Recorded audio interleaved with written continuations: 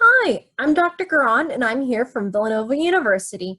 And we're here for one more little outreach event for all of you to show you not only how much we care about you, how impressed we are with how much you've accomplished, but also to let you know that we're in this with you till the very end, okay?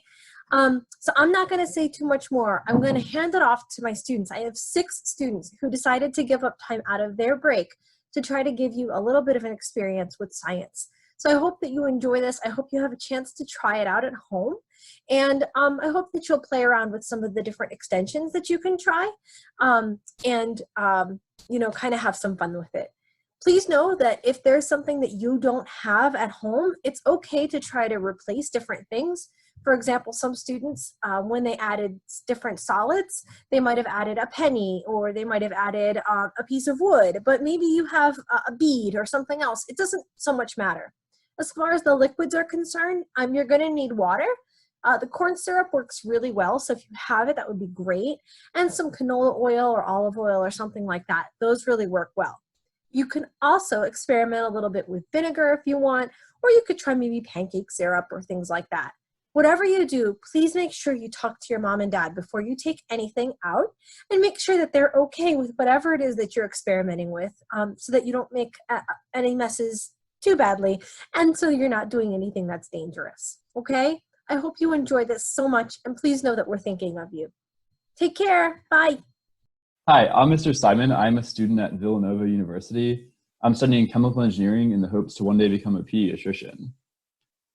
So I'm going to teach you guys a little bit about mass, volume, and density. You get to do an experiment with it later, but this is just a little background information to help you understand what's going on. So mass and weight are often used interchangeably, but they're not the same thing. So mass is actually how much matter is packed into an object. So the more object you have, the more mass you're going to have. So if I took 1 cup of water and then I added a 2nd cup of water, there'd be more mass of water in there. It's typically measured in grams, whereas your weight is typically measured in pounds.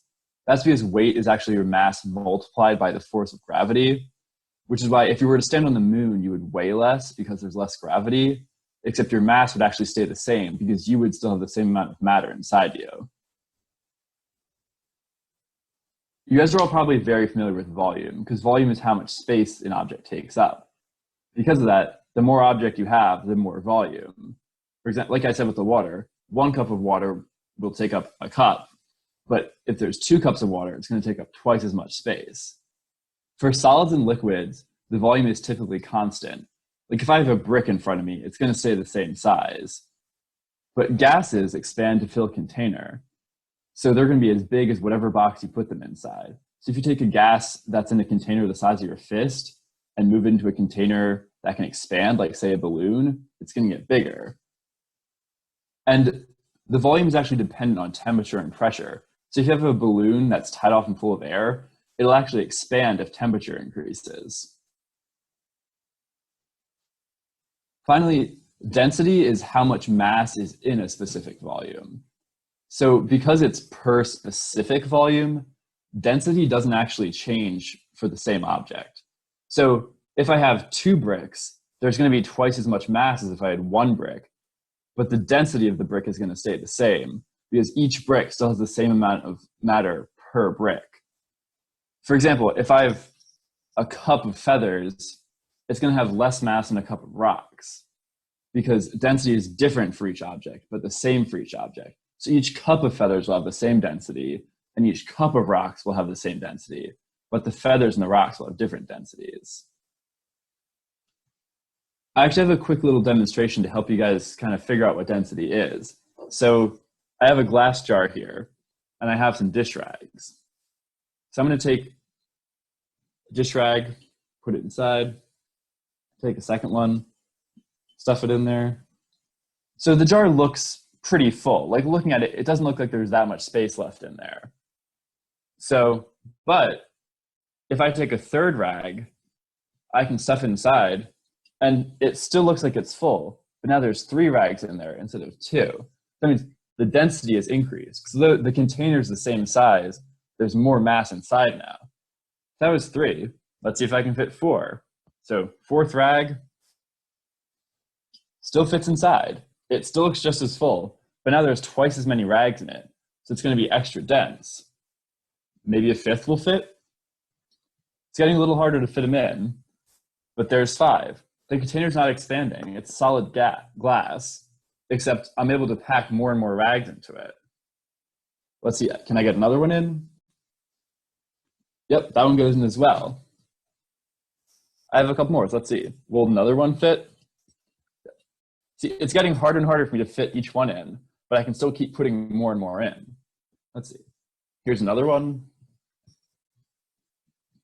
This one also fits. And here's a ninth rag, which barely makes it in the top, but I can still fit it in. So this little container, it looked full with 2 rags, but I was able to add 7 more. So it has over 4 times as many rags in there as it initially did. So the density increased by quite a bit because I was able to pack more matter in there. So you can kind of think of density as how densely packed the matter inside an object is, because the volume doesn't change. You're just packing the matter in more densely. That's why gases are typically less dense than, say, a rock, because the gases expand to fill the container. So all the mass inside the gas is going to be spread out over a much larger area. So actually, Miss Shannon's going to talk to you guys next about how you can actually calculate the density by knowing the mass and the volume of an object. Hi everyone, my name is Miss Shannon and I am a student at Villanova University. I am studying chemical engineering and I hope someday to be an engineer. So as Mr. Simon talked about density, I'm going to talk about some terms that are related to density and how we can understand these better so we can understand density better. So one of those terms is mass. So what is mass? Mass is the amount of matter in an object, but it is different from weight. So your mass is the same on the Earth as it is on the moon because you take up the same amount of space. So if we look here, we see that a person on the moon has the same mass as a person on the Earth. And notice here how it says 60 kilograms both on the moon and on the Earth. Now, kilograms can be used to measure mass for larger objects, maybe like trucks and cars, and grams are for a lot smaller objects, maybe like things that you can hold in your hand. So those are just some units that we use to measure mass. Now, another term that is related to mass, and it's also going to be related to density, is volume. So volume is the amount of space that is occupied by a liquid, solid, or gas. And we can measure volume in units of liters, which we use in L, or milliliters, we can use ml. And also it's important to remember that 1 milliliter is the same as 1 centimeter cubed. And so these units are going to be important for incorporating volume and mass into density. So let's look a little further and talk about how mass and volume are related to density. So mass has units of grams or kilograms, and volume has units of milliliters, liters, or maybe even centimeters cubed. Now, for example, if we want to find the density of a piece of wood, and we know its mass, so if a piece of wood has a mass of 17.5 grams, and we know its volume, it occupies 25 milliliters of volume, what is the density? Well, density is mass divided by volume, so we have units of grams divided by units of milliliters, and we get 0.7 grams per milliliter. And these are the units of density. So let's talk a little bit more about density. Wood, as we just saw, has a density of 0.7 grams per milliliter. A penny has a density of 7 grams per milliliter, and it is made of zinc and copper. And water has a density of 1 gram per milliliter. So we can see that density is found from dividing mass by volume, and then we have the units of grams per milliliter. And remember that 1 milliliter is equal to 1 centimeter cubed. Now, If we think about how these density values are related to whether an object will float or sink, we can see that because wood has a lower density than water, it has a density of 0.7 grams per milliliter, and water has a density of 1 gram per milliliter, it will float in water. But because a penny has a higher density than water, it's 7 grams per milliliter, and water is 1 gram per milliliter, it will sink. So we can see that mass and volume are really important when we're talking about density. And now Miss Erin is going to talk more about some vocabulary terms related to density. Hi guys, I'm Miss Erin. I'm a rising senior at Villanova University. I'm a cognitive and behavioral neuroscience major, and my plan is to one day go to veterinary school and get my doctorate of veterinary medicine, as well as my PhD in veterinary medicine research. All right, and to continue off of what Mr. Simon and Miss Shannon were just talking about, we're going to finish up with extensive and intensive properties today, and how those relate to mass, volume, and density, as was just previously introduced. Alrighty. So what is an extensive property? An extensive property is a property of matter that changes as the amount of matter changes. It depends on the amount of matter, or stuff, you can think about it as, that you have. So what are some examples of extensive properties? Mass and volume are two examples, as was discussed previously with Mr. Simon, as well as length. So how exactly is mass an extensive property? So as was introduced earlier, mass is the amount of matter or stuff that you have in an object. Mass changes as the amount of stuff in your object changes. So we can think about this in terms of a jar of candy. When the jar has less candy or less stuff, the jar has less mass. But when the jar has more candy or more stuff, the jar has more mass. So that's how we can think about mass in terms of an extensive property.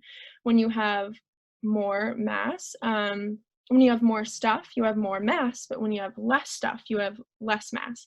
It changes in terms of what you have. In similar terms, how can we think about volume as an extensive property? Volume is the amount of space an object takes up, or the amount of space inside of a container. Volume changes when the amount of an object changes, or when the size of the container changes. So we can think about this in terms of lemonade, to think about it in terms of being an extensive property. When you have a glass of lemonade, that glass holds enough lemonade for one person, having less volume. But a pitcher of lemonade, as we know, holds enough lemonade for several or many people, having more volume. So once again, just like mass, the more of something or the more space you have, the more volume you have. But the less of something or the less space you have, the less volume you have. Now, what's an intensive property? So unlike an extensive property, an intensive property doesn't depend on the size of or amount of stuff in your object. So what are some examples of intensive properties? We can think about an intensive property in terms of temperature, how hard an object is or the hardness of the object, and density, as was introduced by Ms. Shannon just a bit ago. So as Ms. Shannon talked about, density is equal to an object's mass divided by its volume. It helps us understand the relationship between the two, being how much space an object takes up in relation to the amount of matter or stuff in that same object. It's a ratio, like Ms. Shannon just said, so it always stays the same. This means that when the mass of an object changes, so does its volume, making the density stay constant and therefore making it an intensive property. So to wrap up on extensive and intensive property, we're just going to finish up on some things regarding density. And we can think about our glass of lemonade as well as our pitcher of lemonade again. The glass is a smaller volume, so it holds less lemonade, therefore less stuff and less mass. But the pitcher has a bigger volume, so it holds more lemonade, more stuff, and more mass. But the density of the lemonades inside your glass and inside your pitcher are the same. Therefore, the density of something, solid or liquid, is always the same no matter how much of that something that you have. And we can look at the image that I have on the screen here of the two jars of water. The jar on the left obviously has more water than the jar on the right, but those 2 jars of water, the water inside of them has the same density. And finally, in terms of solids, we can think about gold coins versus gold bars. The density of those 2 pieces of gold are going to be the same, even though they're in different forms. So that wraps up extensive and intensive properties in our lesson for today, and we're going to move on to the activity that Dr. Guron has planned for you guys today. This is Tara, and I just graduated from Villanova, and next I'm working in New York City at a cancer research center, and I'm going to be a scientist. So today I'm going to do an experiment with you guys to learn about density. So objects like a baseball and a car and substances like apple juice take up space, right? Some things take up more space like a car, while other things take up less space like a baseball. And substances like apple juice fill up the containers that they're in. Like if you pour it into a cup, you could pour it into a fish bowl, you could pour it into a pot. So I have a question for you guys. Which do you think has more matter, a baseball or a car? Hit pause and hit play when you think you know the answer. So the answer is a car, right? And the definition of matter is anything that has mass and takes up space. So now we're ready to learn about density. The definition of density is how much space an object or substance takes up in relation to the amount of matter an object has. So now we're going to do an experiment to learn even more about density, and we get to see it too. So what I have for this experiment is I have some water, I have some pennies, a lot of pennies, and I have some fun colorful beads with some letters on them. So the density of this water is 1, and we know this because if we poured out this water and measured the mass of the water, and then poured this water into a volume and measured the volume, when we divide the 2 numbers, we would always get 1. We also have these pennies, and the density of these pennies is 7.2. And then the density of these beads is 0.9, and we find these numbers in the same way that we found the water. And the units on density are grams per milliliter, because grams is when we would measure out the water, and then milliliters is when we would pour it into a container and find out how much volume it takes up. So now we're going to do a fun experiment that you guys could see. So I'm going to put these pennies into the water, and I want you guys to pause and say what you think is going to happen. Look, they float right to the bottom, right? Got a lot of pennies. You see all the pennies at the bottom? And every penny I put in, it always went to the bottom, and that's because the pennies are more dense than the water. Next, we're going to do the beads. So pause and tell me what you guys think is going to happen. And just to remind you, the density of the beads is 0.9, and the density of the water is 1. So I'm going to drop these beads in, and look, can you guys see them floating on the top? Pretty cool, right? One went to the bottom because I hit it, but look, we can see all of them floating at the top. Pretty cool, right? And that's because the beads are less dense than the water, so they're gonna float on the top. Hi everyone, I'm Miss Brittany, and I just finished my sophomore year at Villanova. I'm studying civil engineering, and I'm going to continue on with the experiment that Tara started last time, where she added water into the bottle. And my water is red. I just dyed it with food coloring just so you can see the differences a little bit easier. So now what we're going to do is we're going to add corn syrup. So looking at the densities of these two, of water and corn syrup, we're going to predict what's going to happen when we add the corn syrup. So remember, the density equation is mass over volume. It's shaped like a heart. Well, the density of water is 1.0 grams per cubic centimeter. And by the way, a cubic centimeter is the same unit of measurement as, it's equivalent to a milliliter, as Tara used. And the density of corn syrup is 1.4 grams per cubic centimeter. So as you can see, this is a little bit higher than the water. So because it's more dense than the water, pause this video and take a guess as to what's going to happen when I add the corn syrup to the water. And now here we go.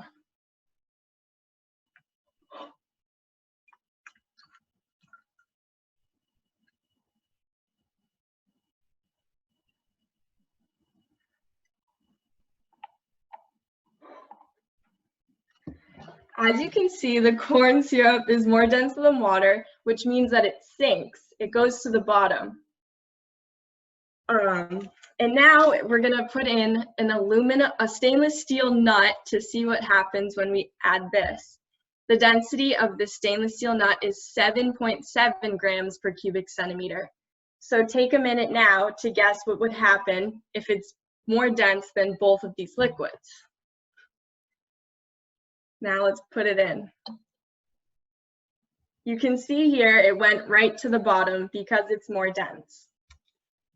One more object we have is a grape, which has a density of 1.39 grams per cubic centimeter, which is right in between the water and the corn syrup in terms of density.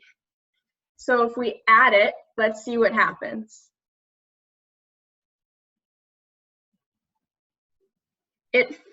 It sinks in the water because it's denser than the water, but it stays on top of the corn syrup because it's not dense enough to sink below it.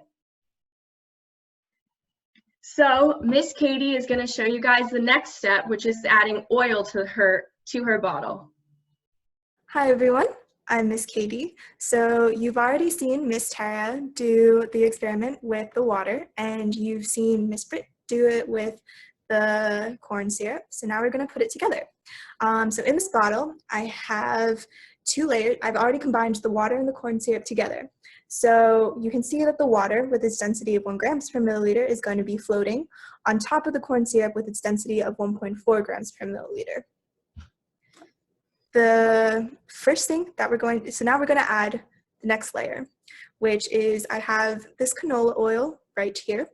Canola oil has a density of 0.92 grams per milliliter. So when I pour it in, do you guys think that where do you think it'll fall in this mass of liquids? Do you think it'll float on top of the water? Do you think it'll go between the water and the corn syrup? Or do you think it's going to go below the corn syrup? Again, density of canola oil, 0.92. Water density, 1. Corn syrup, 1.4.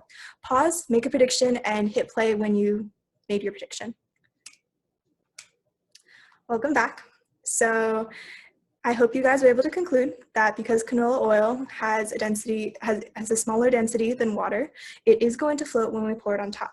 So I'm going to do that now, and we'll hopefully be able to see where it ends up. So, wow, look at that.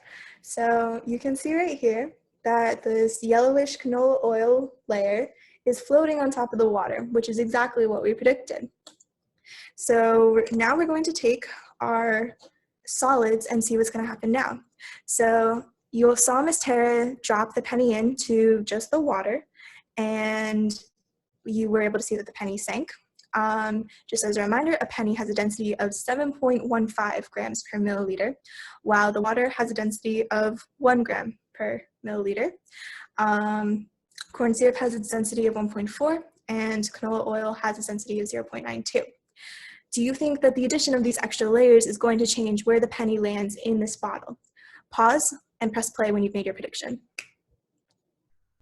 Okay, so let's see what happens and see if your prediction was right.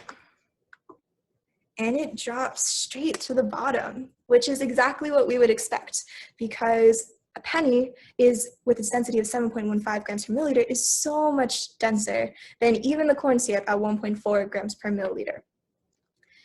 The next thing that we're going to do is we're going to take some of this bamboo wood right here. I broke it off of a chopstick, so ask your parents to do that for you, or just find any lying around. And bamboo wood has a density of 0.35 grams per milliliter. So I want you guys to pause, make a prediction as to where it's going to fall in terms of these layers. Will it go above, float on top of the canola oil? Will it go between the canola oil and the water? Will it be in the water, or will it be between the water and the corn syrup, or will it be sink to the bottom of the corn syrup, just like with the penny? again, pause and press play once you've made your prediction. Okay, so let's see if your prediction was right. And so the bamboo wood has decided to float all the way on the top.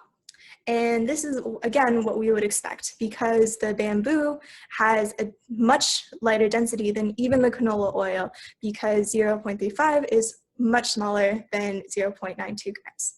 So that was the end of this section. If you guys have other stuff lying around, you guys can drop it in and see if you see what you can do. We also have Post-its, we have rubber bands. If you guys want to try that. You can even add other liquids if you so desire. I have here some white vinegar, and that's been dyed green, even though it's technically clear. And you can see what'll happen, where it'll land in this density container. And Dr. Guron is going to give you a few more options. Hi, I'm Dr. Guron, and I'm here to talk to you just a little bit about what density is and how you might calculate it if you have some more specialty kind of glassware and some more specialty kind of equipment, and also how you might want to play with it at home if you find this kind of interesting.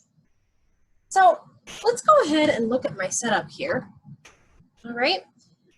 This is a setup not unlike something you might look at. Now, of course, mine is a little bit more fancy because I like having some stuff that looks kind of like a chemistry lab. This is at my house, so nothing too fancy, but this right here is a scale. It's a kitchen scale that I just purchased at Bed Bath & Beyond. Many of you may actually have something like this. And when I turn it on, it can have different units, but if you'll notice, I'll go ahead and put it up closer. You can see that it says 0.00 grams. So it measures in units of grams. So that is a unit of mass, which is a lot like what you've already heard about. And I want to show you kind of how you might want to use that and a little bit of the math behind it, because I think you'll find it hopefully a little bit interesting. I think it's pretty cool. I also have here a graduated cylinder. This is kind of a, a fancy piece of glassware that you might find in a chemistry lab. I suspect most of you probably don't have a graduated cylinder, but I want to show you how this works with, more specialized glassware, but then also want to show you how it works with less specialized glassware. So I'm going to go ahead and pour just a little bit of water in here. And I want to show you here, if I look at the markings here, I'm going to try to bring this up to the light, or to the camera so you can see a little bit better, and hopefully it will focus for me. Cool. If I look at that, you can notice that we have markings going from 15 to 20, and of course it likes to go in and out of focus. You'll notice that it goes by ones, and then it has like half a milliliter marking in between. These are in milliliters, which is a unit of volume. So if I look here, this particular top of that liquid level is right around maybe 19.8 milliliters right now. So what I'm going to do is, I have a little note that I'm making, and I'll show you in just a second. I'm going to write on there start 19.8 milliliters. You can't see this just yet, but I will show you what I'm doing in a minute. Suppose that I'd like to get the density of a grape. So I have one grape, and we know that in order to get a density, I need a mass and I need a volume. So what we're going to do is need to get a mass, which we can get from our scale. So let's go ahead and do that really quick. So right now it's off. I'm going to go ahead and turn it on. Notice it says 0. I'm going to lay this on there, and it says 4.5 grams. Coolio. Let me go ahead and write that down. So mass is 4.5 grams. Cool beans. All right. Next, what I'm going to do is, remember how it started off at 19.8 milliliters? This is a really neat trick that shows that if you put something into water and it is submerged, so it goes all the way under the liquid, that you can actually get the volume of this oddly shaped thing, not by having to use complex mathematical formulas, but by just looking at how much the volume changes. Like, how cool is that? I could put like a star shape on here that would be impossible to get the volume of, but so long as I have water and I know the original volume, and then I can put it in, Come on, little grape. There we go. My grape fit in there. It's a little bit of a chunky grape. I can find the final volume. So let's go ahead and see if we can find what the volume is now. Come on, little camera, focus for me.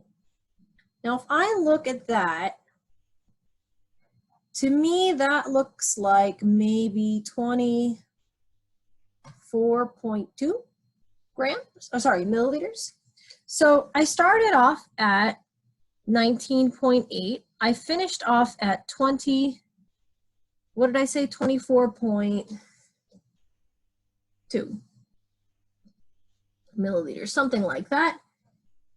And now the trick is going to be kind of doing the math for this. So I'm going to show you something. Hopefully this is going to work. Let me see if I can get this to go. Come on, buddy. All right, it wants me to do this thing that hopefully will work.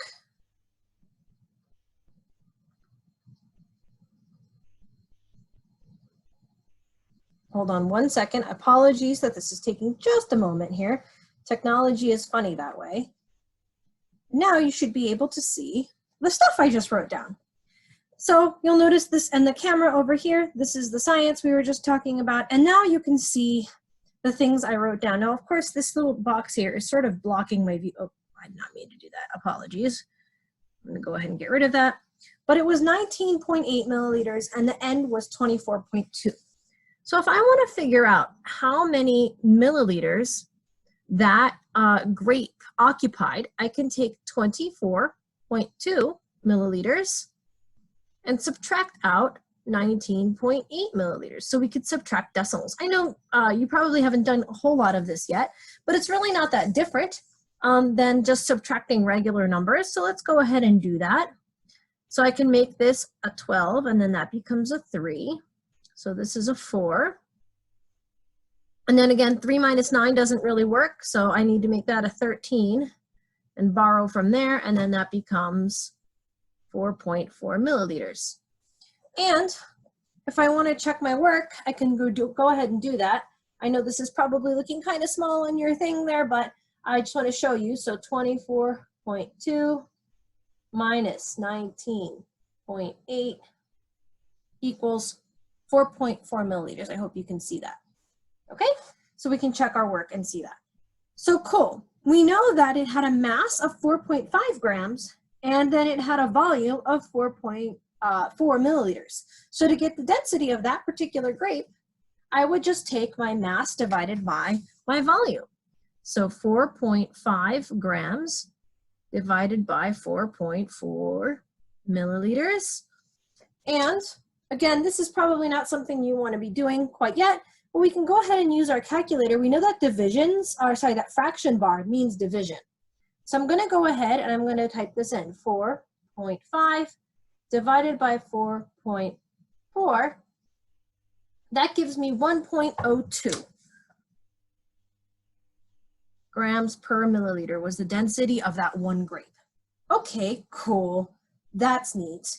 But let's say you don't have this super cool thing that I have, which is a graduated cylinder, right? And, you know, this fancy kitchen scale. You're going to need the fancy kitchen scale because you need something to get mass. But I'm going to go ahead and stop share, and I'm going to show you a sort of a different way of doing this, okay? What we can do is, oops, sorry, I'm just trying to get something to happen here.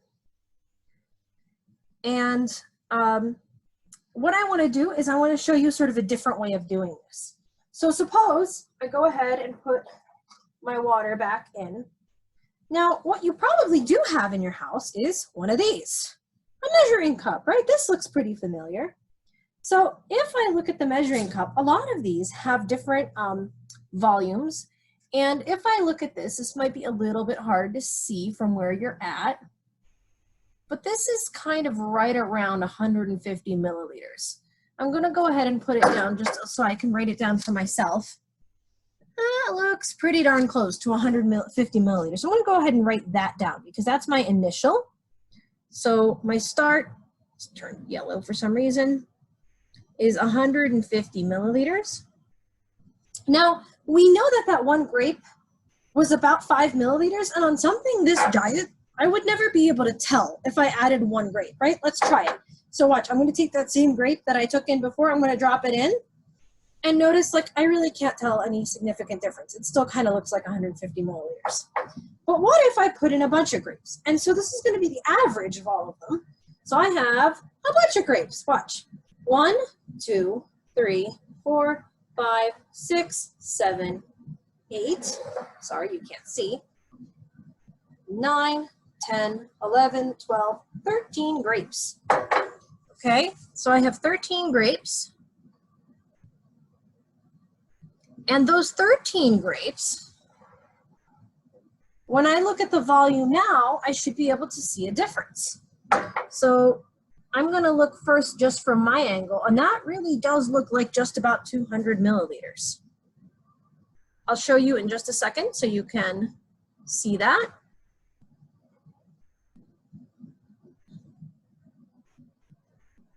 So you see the line right here, 200 milliliters, it's right around there.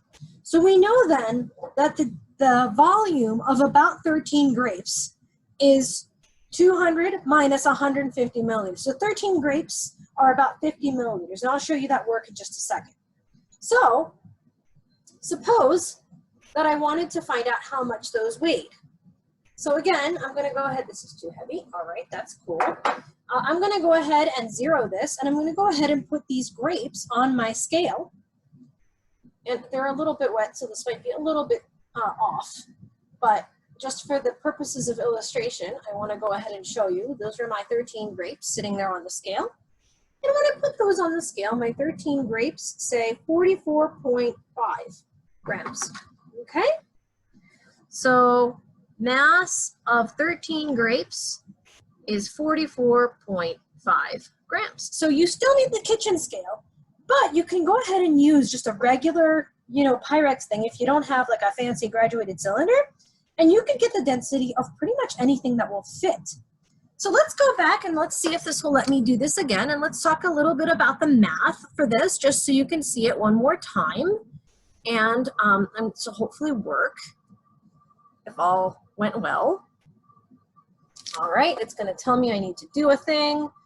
Hopefully it will work for me. Come on, buddy. All right, sorry about the little gap here. Cool beans, all right. All should be well. And here we are. You'll notice that you can see that I started with 150 milliliters. Don't ask me why it was in yellow. I just a life choice I made.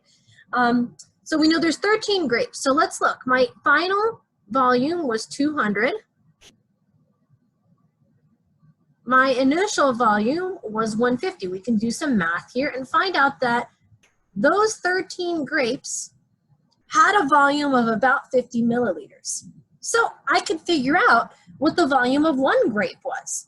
How do I do that? By doing 50 divided by 13. All right. So this is kind of fun. You can go ahead and do this if you'd like. If you would prefer, you can always put this in a calculator, right? But if you want to use this as a math lesson, you're welcome to do that. So again, I can type in 50 divided by 13, and that's going to give me 3.85, and that should make sense. So if we do 3 here, this is going to give me 39. That gives me 11, 110. We know we can continue this, right? So we know that we can continue this out. This goes in 8 times, et cetera, et cetera.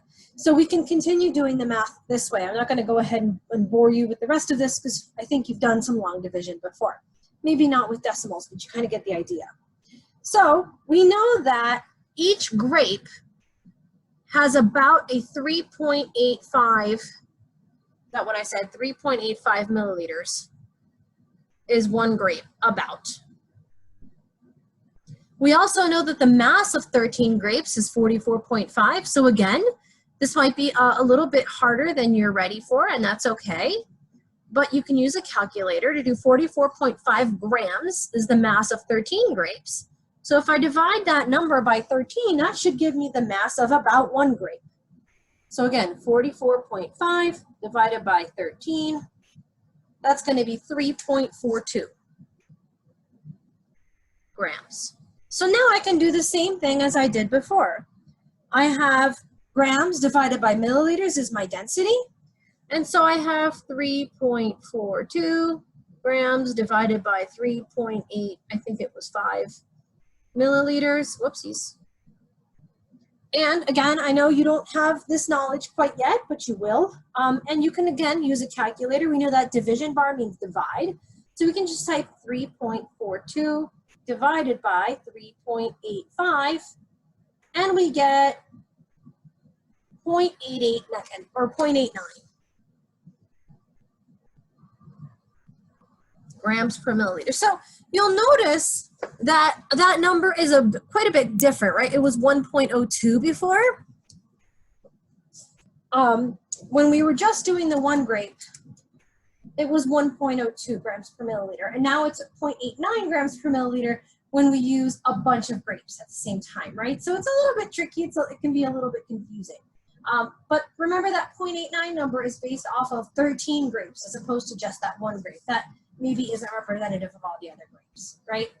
So I share that with you because it's kind of a fun thing to do. If you happen to have a kitchen scale at home, and if you happen to have a Pyrex kind of cup, you know, a measuring cup, you can go ahead and try to find the densities of different things in your house that might fit inside of there, and kind of compare and decide, is this going to float? Is this going to sink? So this is kind of another thing you could do if you wanted to.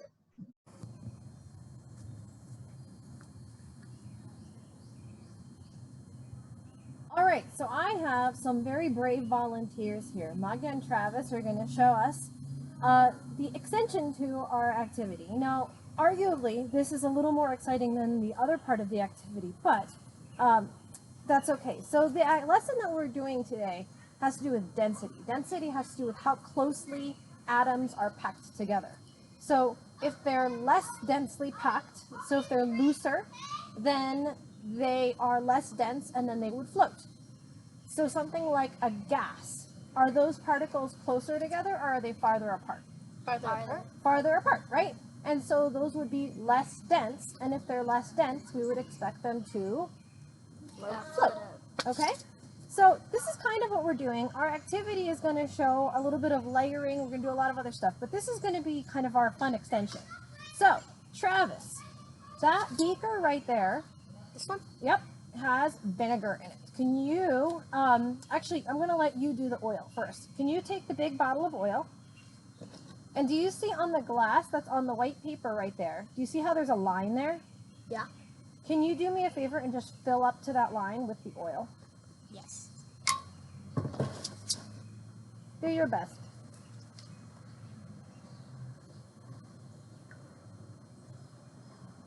Beautiful. That's Perfect. almost perfect. Slap a cap on there. All right. Okay, so oil is less dense than vinegar. So when I put in vinegar, where do you think it's going to go? Do you think it's going to go up or is it going to go down below the oil? So Wait. oil is less dense than vinegar. Vinegar is more dense. I feel like it would go. I think the vinegar is going to take the bottom, and then that's going to float over, and they're not going to mix. You think so too? 'Cause they're dense. All right, let's try it. Magda, go ahead, take the vinegar there from the beaker and go ahead and pour it in. Let's see what happens.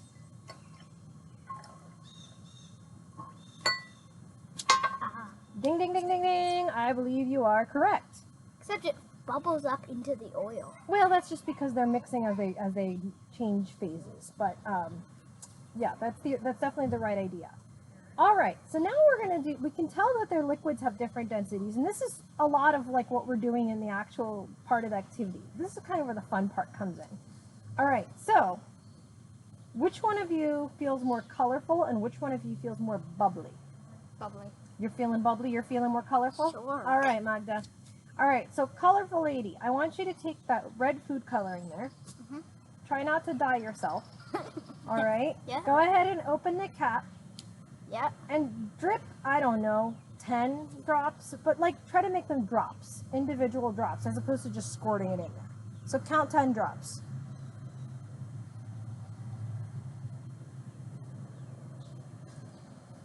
What do you think about the food coloring? Is it more or less dense than the oil? Less dense? What do you think? Because is it sinking below the oil or is it above the oil?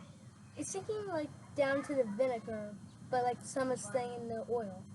Yeah, there's a little bit in the oil, but I think mostly it sinks to the bottom, right? I think. Would you agree, Magda?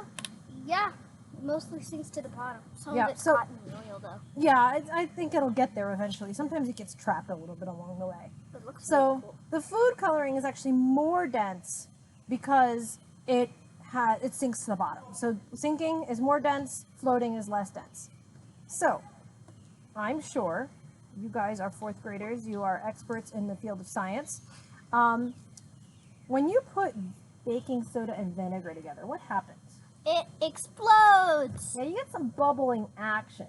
And so what did we say? Do we think gas is more or less dense? Gas is less dense. Less dense. So we think that's gonna, what, float? It's gonna or is it float. gonna, okay, Float. cool. So if I put baking soda in there, what do you think it's gonna It's happen? gonna explode and bubble! All right, so let's go ahead and do it. Travis, you are my contestant. Should I put all of it in? Yeah, just sprinkle some. Let's sprinkle a good amount. You don't have to do all of it, but a good amount. I kind of want to step back a little. Oh, it's bubbling. Ew, it kind of It's looks not so really different. exploding. It's just, Look at the oil. Look at what's happening. It's got a little tornado going on. Yeah, that's kind of oh, cool. it is a tornado. Well, Looks like an ice cream cone. oh yeah, if you look at the camera, it kind of does. Isn't that the coolest thing? And look, it's going through it, and then it has to make it through the oil. It looks like it's drinking the It camera. makes it darker red, and it makes it look like it makes it look like gel, kind of. Yeah, kind of. In the camera, it looks like a drink. Good. Don't drink it. Isn't that pretty cool? I liked how it made like a little tornado along the way, so you can kind of see how it reacts. It's still and pushing where up the bubbles. It is, absolutely. When it settles, if you were to put more baking soda in, would it actually come up again? You have a little more in there. Go for it. You can just dump a bunch in there. Dump I don't it much in. care. Dump We it are all outside. in. That's one of the reasons I did this outside, is because I wanted to try to not have a giant mess everywhere. Oh boy. We'll see what happens as it makes its way. It sounds different. Sounds Definitely fizzing. high-pitched. Shooting up bubbles of red. It is definitely shooting up bubbles of red. It's just kind of creating like a fizzy drink almost. It's fruit I know punch. In the camera. Can I have some fruit punch, Mama? But you notice that it's not like exploding the same way because the bubbles are kind of getting trapped in the oil, so it doesn't have the same like force of like explosion. Yeah. But it kind of makes it look like a fizzy drink instead. Isn't that kind of cool? Yeah. Cool. The camera, it kind of looks like either fruit punch or maybe iced tea. Well, it kind of looks well, like let's not drink it. those mountains that have the different layers, because one's like red, yeah. then one's Like- where the oil is, it's like very like a brown Like kind an of, oranges. and then at the bottom it's like a Oh, like a whitish sedimentary reddish. rock? Is that what you mean? Yeah, kind of. Very cool. All right. Well, thank you so much to my fantastic assistants. I appreciate it, and we'll see you later. Bye. I hope you guys are all staying healthy and that you're going to be able to enjoy the last month of your school as best you can at home. And hopefully I'll be able to come back and see you guys all next year. Best wishes for the rest of the school year. I hope you're all staying safe and healthy. And this is a tough time, but we're all going to get through it together. So keep staying strong, and we'll see you soon. All right, guys, it was so much fun being able to teach a little lesson to you guys today. I hope you're all staying safe and healthy and happy. And I really wish we could be there in person to give this lesson to you soon, but I know we'll be back as soon as we can. I hope you have a great end of the school year and a fantastic summer. Thanks, guys. So proud of all you guys for switching to online learning. Keep being awesome, and good luck with the rest of the school year. Bye.